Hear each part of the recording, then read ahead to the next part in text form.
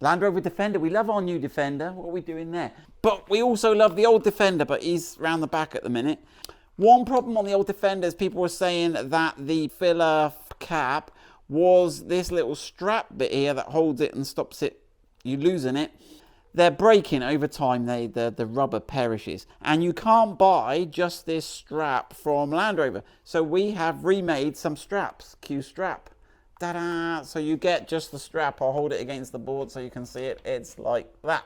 And it's exactly the same as the original Land Rover one, with the slight exception of the end fitting. Ooh.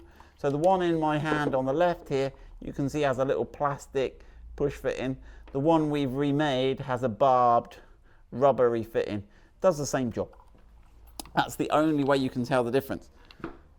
Right, so you will have one of these. It will be strapless. How do you get it off? Right, if you get here and push on this wider bit, because you'll still have that bit, and if you hold it in your hand and push with both thumbs, you can push it off over the top, throw that one away, get your new one. Now, bear in mind, this has two ways it goes round. I don't know if we can get this, but this rim here facing me, this very edge, is thinner on this side. It's only about 1 millimetre wide. If I turn it over, you will know it is 3 millimetres or 2 millimetres wide. So when you put it over, you need the thin end facing the cap.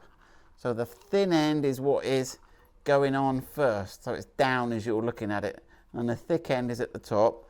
Get that back edge in first, and then just roll it round, and it clips in.